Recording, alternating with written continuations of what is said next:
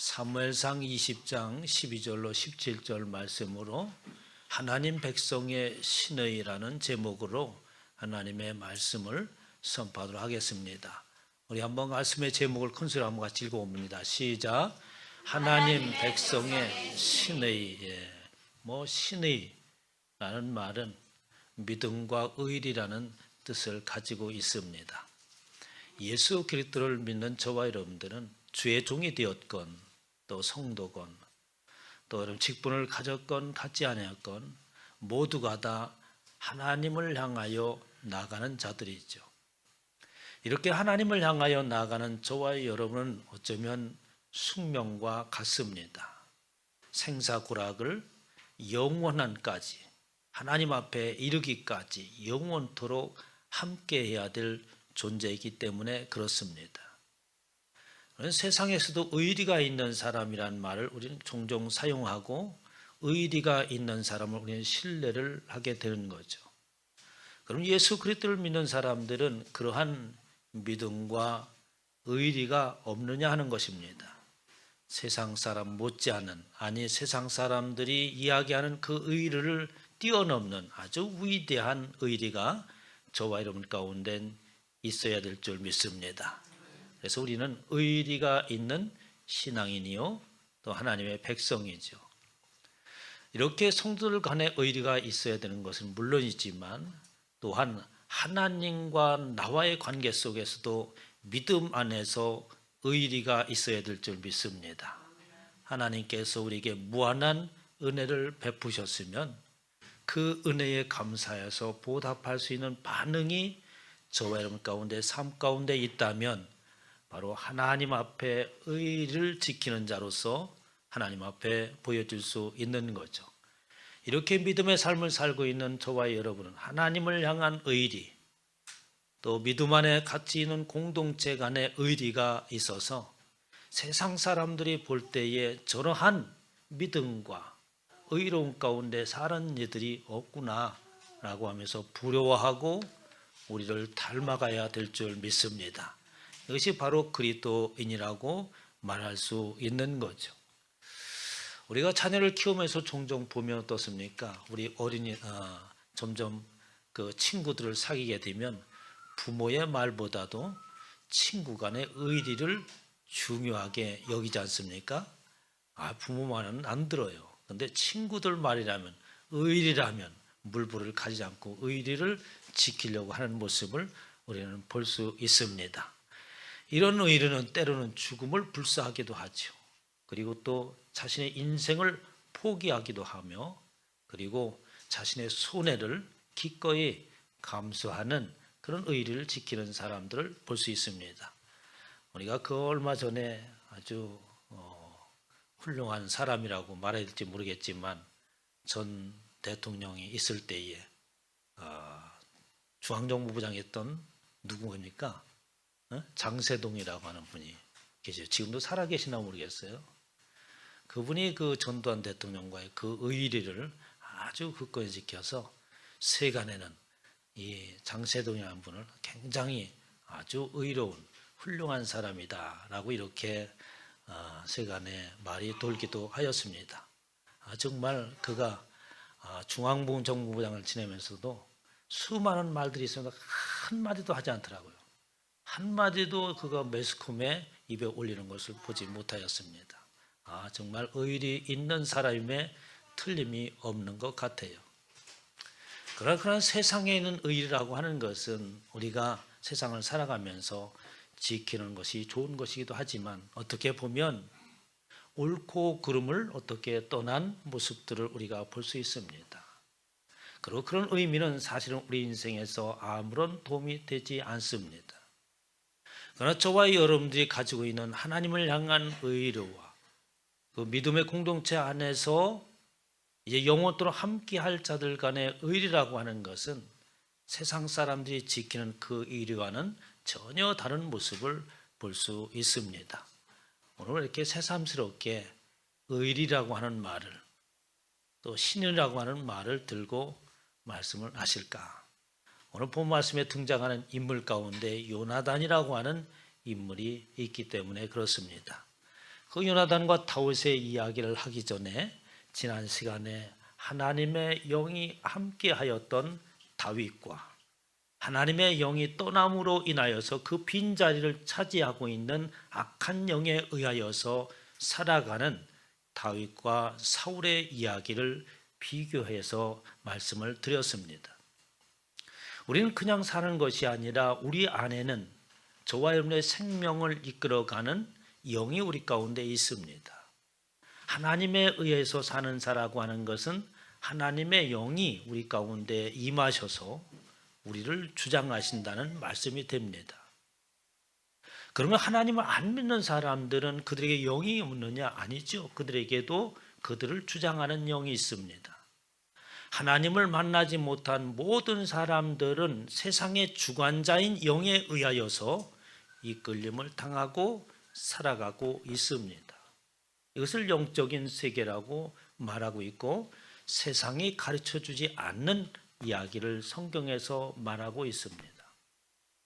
하나님의 영에 의하여서 충만한 삶을 살아가는 다윗에게는 모든 일들이 형통한 일들이 일어났죠. 왜냐하면 그가 하나님을 향한 믿음과 그리고 하나님의 보호하심과 인도하심이 그 가운데 있기 때문에 그렇습니다. 사무엘상 18장 14절부터 보면 다윗이 그 모든 일을 지혜롭게 행하니라. 왜냐하니까 지혜의 근본이 되시는 지식의 근본이시는 하나님이 저들 가운데 있고 그분에 의하여서 사는 자기 때문에 모든 일에 지혜가 넘칠 수밖에 없는 거죠. 그것은 여호와께서 함께 계시기 때문이라. 사울은 다윗이 크게 지혜롭게 행함을 보고 오히려 사울은 두려워하죠.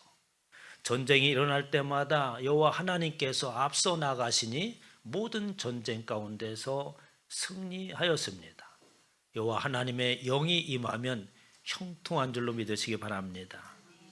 그런데 사울에게는 하나님의 영이 떠나자. 하나님의 영이 떠나는 것은 다른 이유가 없습니다. 바로 하나님을 향한 불신이 있기 때문에 그런 거예요. 하나님을 인정하지 않기 때문이었습니다. 하나님은 우리 가운데 그냥 무작정 들어오지 않아요. 세상 사람들에게 하나님께서 임의로 무작정 전능하신 하나님이시기 때문에 임의로 그 가운데 가서 그를 사로잡고 당신 뜻대로 인도하면 좋을 터인데 하나님은 그렇지 아니하고 예수님께서 말씀하신 것처럼 저와 여러분의 마음의 문을 두드리기만 계신 겁니다.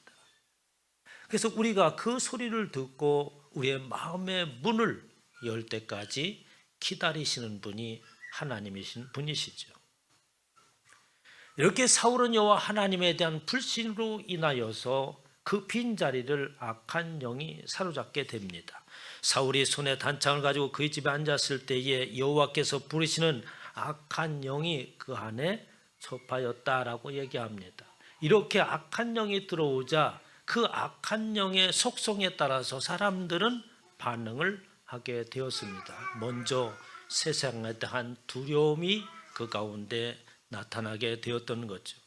사무엘상 16장 14절 여호와의 영이 사울에게서 떠나고 여호와께서 부르신 악령이 그를 번뇌케 한지라 라고 하는 단어는 두렵게 하였다라고 하는 것입니다.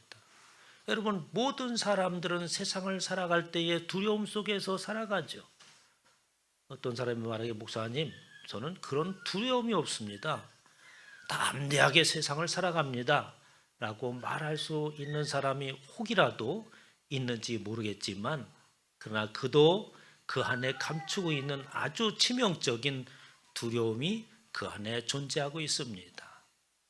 그 두려움은 뭡니까? 모든 사람들이 죽음이라고 하는 두려움을 갖게 되는 거죠.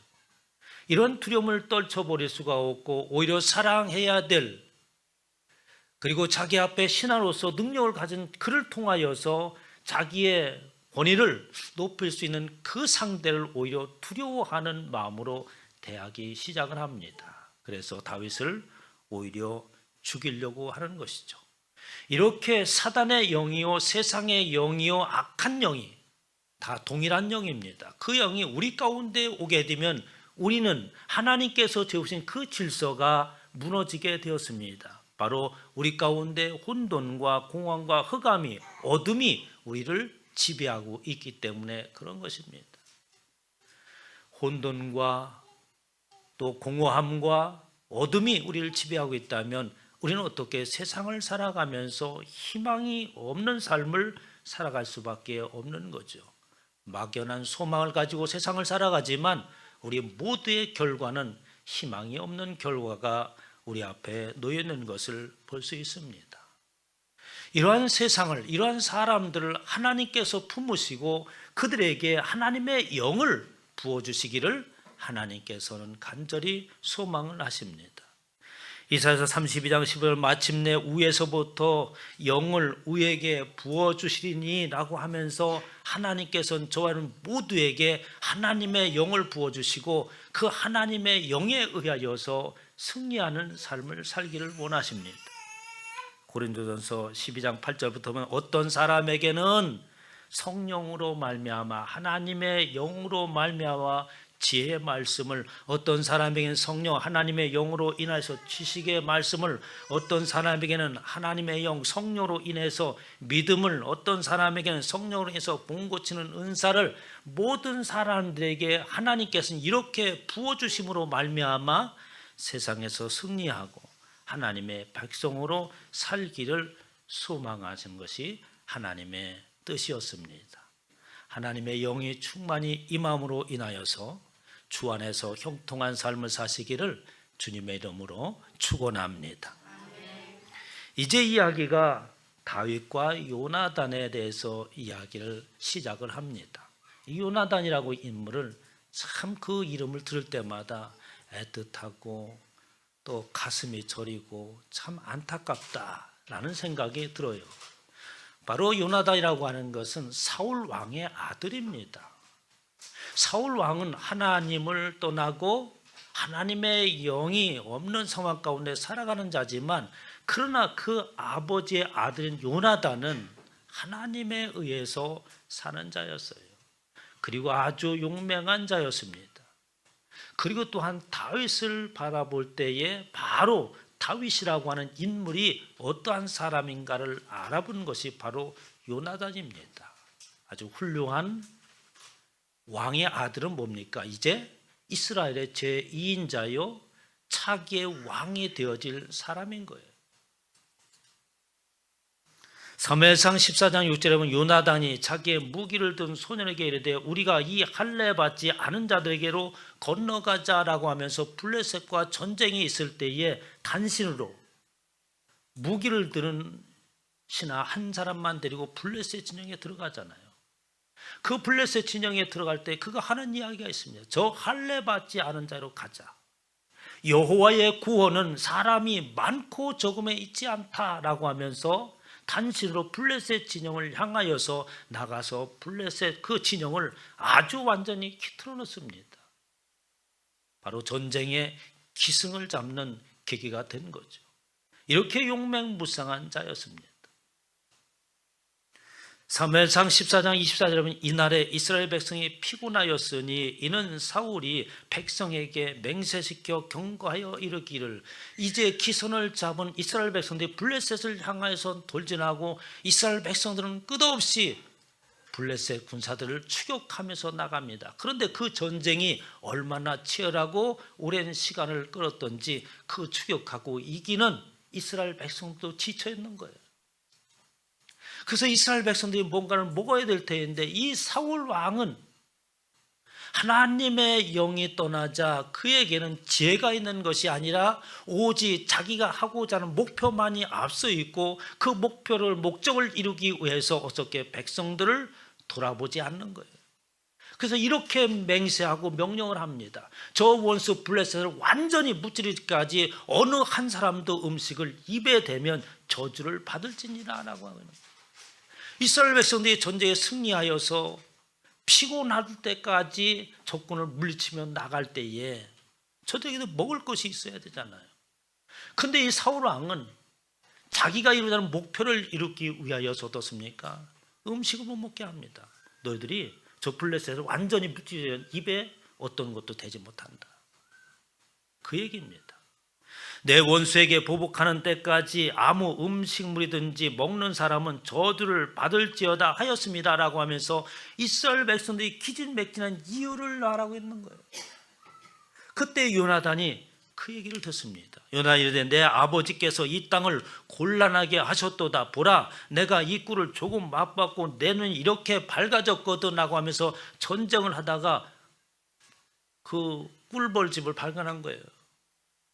그래서 그 창끝으로 꿀벌을 찍어서 입에 대니까 그 허기지고 기냈던 것이 갑자기 눈이 밝아지고 기운이 솟아난 것을 이 요나단이 느낀 거예요. 그런데 이 조그만 꿀을 찍어다 입에 대도 기운이 솟아나는데 이 백성들이 지금 전쟁을 하면서 허기지고 이런 상황 가운데서 전리품이 있는데도 불구하고 먹지를 못하는 거예요. 과거의 전쟁은 전리품이 있으면 그것이 어떤 군사들의 소유가 되고 그것을 잡아서 나누어서 배불리 먹는 것이 관례였습니다. 그런데 어떻게 먹을 것이 있음에도 불구하고 이스라엘 백성들이 먹지 못하는 거예요. 하물며 백성이 오늘 그 대적에서 탈취하여 얻은 것을 임으로 먹었더라면 블레셋 사람을 살육함이 더 많지 않겠느냐라고 하면서 사울과 아버지 사울과 요나단은 아주 그의 생각이 천양지차였던 거죠. 사울이 하나님께 묻자오되 내가 이제 전쟁이 이제 종마지에 이르렀습니다. 이 사울이 왕이 저들을 끝까지 무찔러야 되겠습니까? 말아야 되겠습니까? 라고 하나님 앞에 묻습니다. 사울이 하나님께 묻자오되 내가 블레셋 사람을 축격하리이까 주께서 그들을 이스라엘 손에 넘기시겠나이까 하되 그날에 대답하지 아니하시느니라. 사울은 블레셋 군대를 완전히 초토화시키기 위하여서 이제는 이 마지막에 총동원하여서 블레셋을 문제겠다. 하나님께 여쭈자라고 하면서 하나님 앞에 묻습니다. 그런데 하나님께서 대답이 없는 거예요. 왜? 하나님이 대답이 없는 것이 너무나 당연한 것이죠. 이미 그는 하나님을 불신했던 것이고 하나님의 영이 떠나가고 지금 그가 하나님의 이름 부르는 것은 지금 전쟁을 승리하기 위해서 하나님을 빙자하는 것이지 결코 하나님을 의지하고 진실로 믿는 것이 아니었기 때문이었습니다. 그런데도 불구하고 사울이 말을 합니다. 아니 도대체 왜 하나님이 응답이 없는가? 이거 문제가 있지 않는가? 라는 거예요. 사울에 대해 너희 군대 지휘관들아 다 이리 오라. 오늘 이 죄가 누구에게 있나 알아보자라고 하면서 그 책임이 다른 사람에게 있는 것이 아니라 사울 자신에게 있음에도 불구하고 다른 사람에게서 그 책임을 찾으려고 합니다. 그래서 어떻게 제비뽑기를 하죠. 그런데 제비뽑기를 하니까 누가 걸립니까? 사울하고 요나단이 걸리는 거예요. 그리고 사울하고 요나단이 제비뽑기를 둘이서 합니다. 누가 제비를 뽑았을까요? 요나단이 제비를 뽑았어요. 그가 먹지 말라는 꿀을, 음식을 대지 말라는 그 명령을 어기고 꿀을 찍어 먹은 요나단이 걸리게 되지 않습니까? 이제 어떻게 그의 명령대로 그의 아들인 요나단을 죽일 수밖에 없는 상황에 놓였어요. 이렇게 사울은 자신의 형편과 처지와 자신이 어떤 상황 가운데 있는 것인가를 잃어버리고 자신의 욕심만을 위하여서 나가다가 결국에는 아들을 죽이는 상황까지 놓이게 됩니다. 그래서 아들을 요나단을 죽이려고 하죠. 그러자 백성들이 요나단을 구합니다. 사무엘상 14장 45절에 백성이 사울에게 말하되 이스라엘이 큰 구원을 이룬 요나단이 죽겠나이까? 결코 그렇지 아니하나이다. 여호와의 살아계심을 두고 맹세하옵나니 그의 머리털 하나도 땅에 떨어지지 아니할 것은 그가 오늘 하나님과 동역하였습니다 라고 말합니다. 아버지 사울은 요나단에 대해서 모르지만 백성들은 알고 있었어요. 저 요나단이 하나님과 함께하는 자요, 그것을 말하기를 하나님과 동역하는 자였다고 말을 합니다. 백성들의 말에 의해서 요나단을 처단하지 못하고 그 뒤부터 요나단은 아버지 사울의 미움을 사게 됩니다. 이렇게 요나단과 사울 가운데 서서히 금이 가기 시작하면서 그 전에 누가 등장합니까? 다윗이라고 하는 인물이 목동이 등장하죠. 그래서 블레셋과의 전투에서 골리앗을 물리칩니다. 그 있을 때에 요나단의 얘기는 등장하지 않지만 요나단이 그 모든 상황들을 보고 이야기를 들었겠죠. 이제 요나단과 사울과 그리고 다윗이 한 자리에 모이게 됩니다. 그것이 바로 18장에 있는 얘기예요. 18장에 다윗이 사울에게 말하기를 마침에 요나단의 마음이 다윗의 마음과 하나가 되어 요나단이 그를 자기 생명같이 사랑하니라. 사울과 지금 다윗이 무슨 얘기를 합니까? 골리앗을 물리친 이야기, 또 그의 용맹스러운 것들, 이렇게 다윗과 사울이 이야기하는 그 이야기를 들으면서 그 옆에 있던 요나단이 다윗에 대해서 홀딱 반한 거예요. 자기 생명같이 사랑했다고 합니다. 요나단은 다윗을 자기 생명같이 사랑하여 더불어 언약을 맺습니다. 요나단이 자기의 입었던 겉옷을 벗어 다윗에게 주었고 자기의 군복과 칼과 활과 띠도 그리하였더라라고 하면서 이 요나단이 외투를 벗어서 다윗에게 줍니다. 여러분, 외투라고 하는 것은 그냥 겉옷이 아니에요. 아주 상징적인 겁니다. 바로 사울 왕의 바로 후계자라고 하는 의미를 가지고 있는 외투예요. 그것을 벗어서 다윗에게 주죠. 이 장면을 볼 때에 요나단이라고 하는 사람이 너무 겸손하지 않은가라는 생각을 갖습니다. 그러나 요나단은 사울과 비교해서 전혀 다른 길을 걷고 있어요. 아버지와 아들 사이지만 사울은 하나님의 영이 떠난 자의 삶을 살아가고 있고 그런 자의 아들이지만 이 요나단은 하나님의 말씀 가운데 있고 그 하나님과 동행하는 자였습니다. 그런 가운데서도 선지자를 통하여 사무엘 선지자를 통하여서 사울에게 내린 하나님의 말씀을 기억하고 있는 거예요. 하나님의 이미 영이 떠났고 너는 왕으로서 자질이 없다라고 하는 하나님께서 너를 내친다고 하는 말씀을 이미 들은 자입니다. 자신은 이미 사울 왕 아버지에 의해서 나는 제2의 왕이 될 수 있는 그런 위치에 있지만 하나님이 어떻게 아버지를 버렸으니까 자신도 어떻게 왕이 될 수 없다는 것을 아는 거죠. 요나단이 그걸 인정하는 겁니다. 다음의 왕은 내가 아니라 바로 다윗 당신이라는 거예요. 그래서 외투를 벗어줍니다. 그리고 의리를 지킬 것을 다짐하는 그 증표로서 군복과 칼과 활과 띠를 다윗에게 줍니다.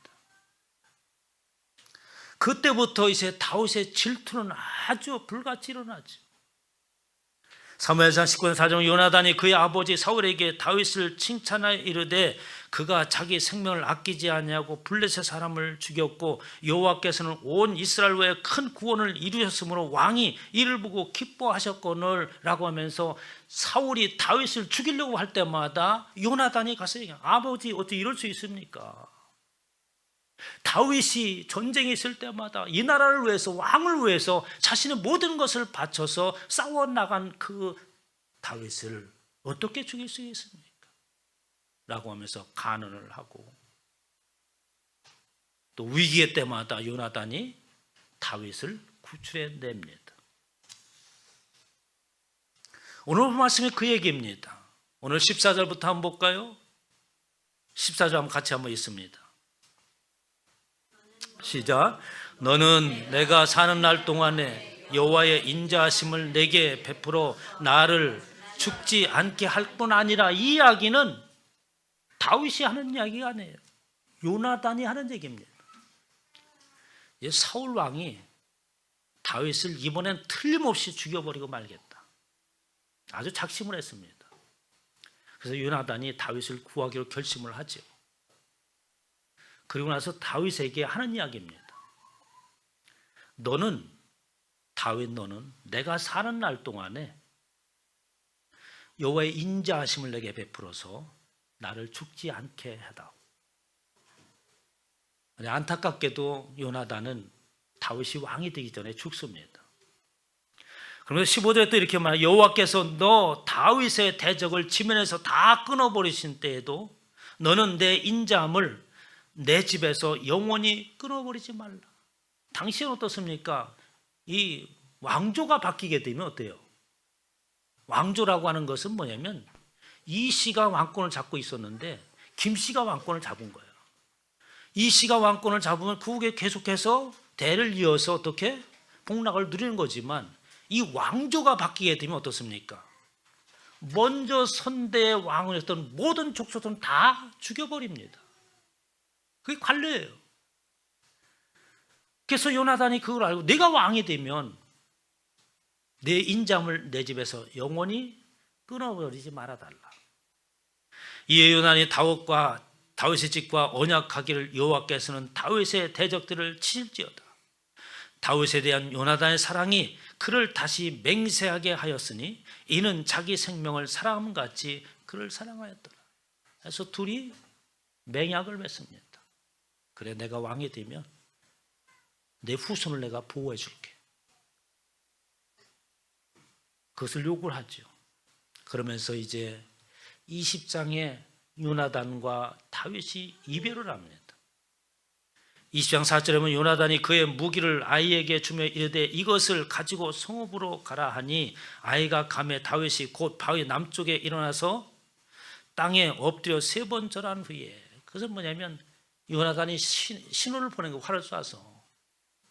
그래서 화살이 내 앞에 있다, 빨리 다름질 쳐라 라고 하는 것은 지금 사울 왕이 너를 죽일 것이다, 그러니까 빨리 도망가라는 신호였어요. 그렇게 얘기하고 다윗이 그것을 알아듣게 하죠. 그리고 화살을 주러 왔던 아이를 돌려보내고 둘이 지금 마주선 거예요. 그래서 다윗이 곧 바위 남쪽에 일어나서 요나단과 사울이 있는 곳을 향해서 3번 절을 합니다. 그리고 요나단과 입을 맞추죠. 그리고 울되 다윗이 더욱 심하니, 여러분 다윗의 입장과 요나단의 입장으로 했을 때 봤을 때 어떻겠어요? 우리는 다윗이라고 하는 인물만 기억하죠. 그러나 이 요나단이 지금 이 인물이 어떠한 인물인가를 제가 묘사하기 위해서 지금 설명을 좀 합니다. 우리가 예수 그리스도를 믿는다고 하는 것은 어떤 겁니까? 우리가 이 땅에 사는 것으로 마무리되어지는 것이 아니라 우리는 하나님 앞에 가는 것이고 그 안에서 영원토록 산다라고 하는 믿음 안에 사는 거잖아요. 그러니까 우리가 의를 지키고 우리가 신의 가운데 있다고 하는 것은 뭡니까? 지금 현실이 중요한 게 아닌 거예요. 그래서 자기의 어떻게 기득권을 포기하는 겁니다. 그리고 하나님의 뜻에 의하여서 어떻게 자기의 모든 것을 내려놓는 거죠. 이게 요나단입니다. 다윗이 간복을 하는 거예요. 그 친구 앞에 3번 절을 합니다. 그리고 울었다고 하는데 그 울음이 서로 요나단과 같이 울지만 다윗의 울음이 더욱 심하였더라. 그럴 수밖에 없겠죠.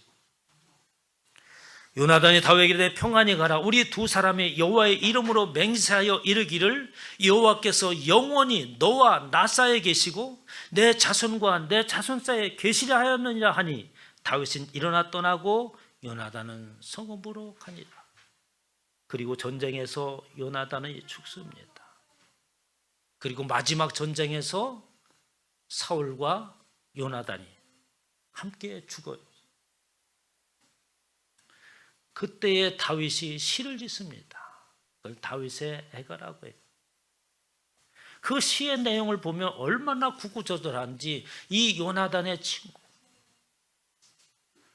여러분 가운데 그런 친구가 있다고 한다면 어떻겠어요? 자기의 모든 것을 다 포기하고 나에게 모든 것을 넘겨주고 그는 빚도 없이 사라지는, 성경을 말할 때마다 모든 사람이 어떻게 요나단의 얘기보다도 다윗의 얘기만 하고 다윗에 의하여 빛에 의해서 요나단은 가려져 있음에도 불구하고 요나단이 왕으로 세워지는데 가장 큰 공을 세운 자가 누구겠습니까? 요나단이었다고 하는 거죠. 사무엘하 1장 23절에 사울이 긴 애가를 칩니다. 다윗이 요나단과 사울이 죽은 것을 보고 그 가운데 짧은 것을 얘기하면 사울과 요나단이 생전에 사랑스럽고 아름다운 자이러니 죽을 때도 서로 떠나지 아니하였도다. 그들은 독수리보다 빠르고 사자보다 강하였도다. 이스라엘 사람들아 사울을 슬퍼하며 울지어다. 그가 붉은 옷으로 너에게 화려게 입었고 금누리개를 너희 옷에 채웠도다. 오라, 두 용사가 전쟁 중에 엎드려졌도다. 요나단이 내 산 위에서 죽음을 당하였도다. 내 형 요나단이요. 다윗이 그를 형이라고 불러요. 내 형 요나단이요. 내가 그대를 애통함은 그대는 내게 심히 아름다움이라. 그대가 나를 사랑함이 기하여 여인의 사랑보다 더하였도다.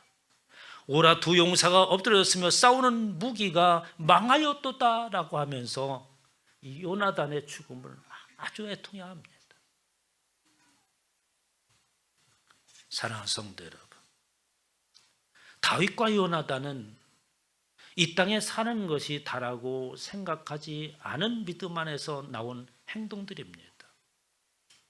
우리가 신약에서 믿음의 형제들을 볼 때 무슨 이야기를 합니까? 그들이 이 땅에 살아가는 것을 나그네와 같이 살았다고 얘기하잖아요. 왜냐하면 우리에게 가야 될 본향이 따로 있기 때문에 그렇습니다. 그 본향을 향해서 나가는 저와 여러분이라면 우리는 어떻게 생명을 같이 걸고 나가는 거예요. 예수 그리스도를 믿는다고 하는 것은 그런 신의 가운데 사는 겁니다. 이게 예수 그리스도를 믿는 거예요. 생명을 걸고 가는 겁니다. 서로 의지하는, 그냥 의지하는 대상이 아니에요. 죽음을 무릅쓰고 함께 하는 겁니다. 이게 예수 그리스도를 믿는 거예요.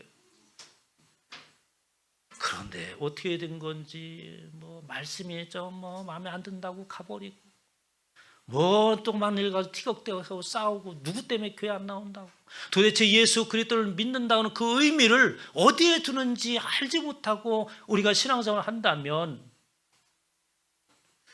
우리가 정작 하나님 앞에 갈 수 있을까요? 요나단과 같은 그런 모든 것을 다 포기할 수 있는 자라면 왜 그렇습니까? 우리의 본향이 있기 때문에 그분 앞에서 만나야 되는 자들이기 때문에 그렇습니다. 그래서 우리에게는 믿음 안에 어떻게 원수라고 하는 것은 존재할 수 없어요.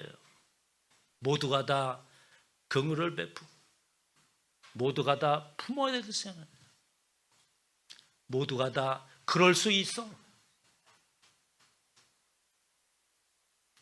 그런 자비로운 마음을 가지실 주님의 축원합니다. 그럴 수 있어. 나도 그런 잘못을 저질 수 있어. 나는 당신보다 더 나쁜 일을 할 수 있어. 위로하고 보듬어야 됩니다. 히브리서 11장 14절, 그들이 이같이 말하는 것은 자기들의 본향 찾는 자임을 나타냅니다. 그들이 나온 바 본향을 생각하였더라면 돌아갈 기회가 있었으려니와 그들이 이제는 더 나은 본향을 사모하니 곧 하늘에 있는 것이라. 이러므로 하나님이 그들의 하나님의 이끌음을 받으심을 부끄러워하지 않으시나.